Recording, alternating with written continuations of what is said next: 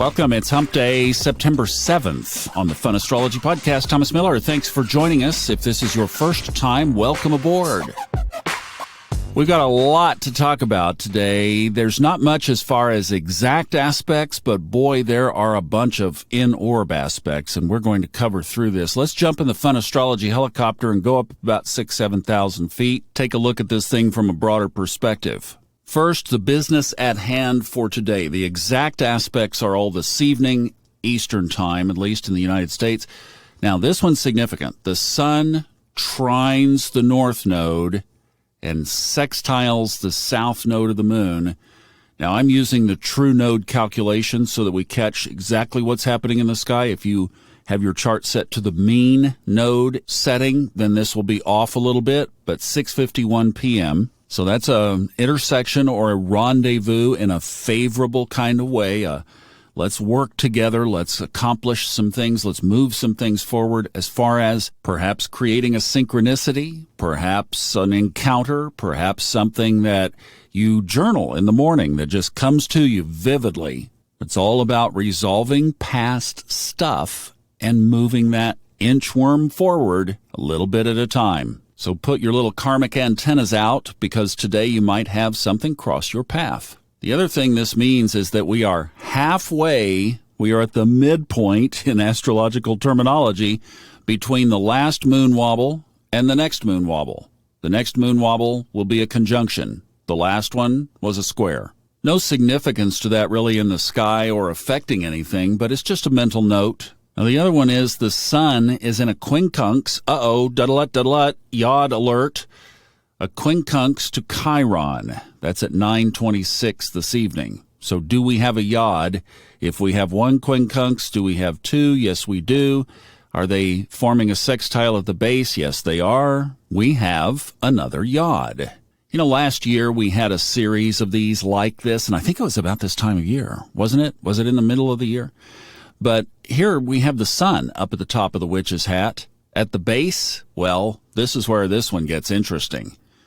Saturn and the moon on one side, and then we mentioned Chiron, there's the other leg, but Jupiter is 7 degrees away. Do you prefer your steak rare or well done? Do you prefer a tighter orb or a wider orb? If you like a wider orb, then we really do have an interesting composition to this because Saturn and the moon on one side, Jupiter and Chiron on the other. All right, let's just think about the sun being us, right? That's at the top. So this focus is about us. Now, we could say the collective if we wanted to make this a mundane interpretation, but let's just bring this home.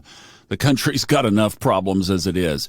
Let's just talk about us, right? Although the country certainly, as I'm thinking about this, woo.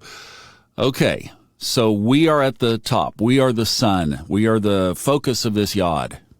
Saturn and the moon. Boy, it doesn't get any closer to our soul's work than that. How are we aligning with our very purpose for being here? Do you see how that's double punched by the sun's aspect to the nodes of the moon? This is the spotlight for today. Goodness, we're not going to have time to talk about the rest of the week. We'll do that tomorrow. We got time tomorrow. But I do want to just camp on this because Chiron is our wounded healer. It's like we set up all this stuff to do in this lifetime, these things to address, and then there's one that's just king of them all. That's Chiron. Maybe it's health for you. Maybe it's relationships, perhaps money. Maybe it's 2 steps forward, 1 step back. For me, it's religion, the wounding from religion. You'll find that wherever Chiron is in your chart. If it's in the 2nd house, chances are it's money. If it's in the 5th house, chances are it's relationship, especially sexuality. If it's in the 8th house, it could be transformation itself, just getting through the process. If it's in the 11th house, it could be friends, social groups, etc.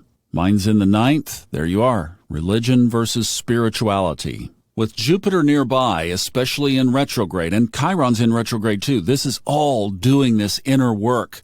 Wow. And Saturn's in retrograde. So, I mean, this is all about us stopping, getting out our journal, getting in that meditative state. How many times do we talk about this on here? A bunch, right?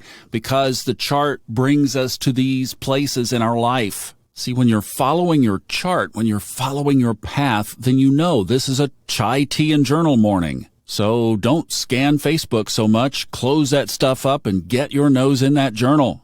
Universe is waiting for you in there. Your soul is waiting for you in there. Now, holy cow, we have so much going on in this. Uranus is sitting, of course, right next to the North Node, so there's the whole surprise element that's connected to the sun. That Saturn-Moon conjunction, which happens about 8:30 tomorrow morning in Aquarius, that's calling. Our soul is calling to check in. Mercury is sitting across from that Jupiter Chiron. That's an opposition. That has tension.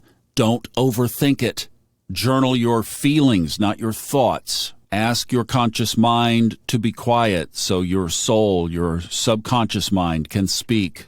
Now, I want to close with this. I've heard from several people over the last 48, 72 hours about tension in their lives that is borderline on depression. I actually connected with that energy a couple of days ago when I just had an overwhelm thing, like just way too full of a plate, not going to get it all done, feeling stretched way too thin. And I could feel what these people are saying. I could feel the oppression of that. So yes, we do have the energy in the chart. Mars in Gemini is a big piece of that. But here's another piece that we've talked about today, is the universe is calling us to stop and analyze and look at our life and be alert and be conscious. Maybe something does need to come off the plate. Maybe there do need to be some adjustments or tweaks. Maybe you do need to change something radically, or maybe you need to change something slightly. The universe is there to meet you with what you need to change. Now, as I have said in these other situations, if you are experiencing depression to a level that you feel you need professional help, please, by all means, get it. This energy in the chart shall pass. Some of it will pass faster and some of it will pass slower, but it will pass. We want you on the other side, healthy and whole, when it does, because good times are ahead. This energy is not going to be there forever. All right? Do we have a deal? Do we have a handshake, pinky shake deal here? Thank you. I appreciate that. I'll have a better day, and so will you. I love you. I truly do. See you tomorrow.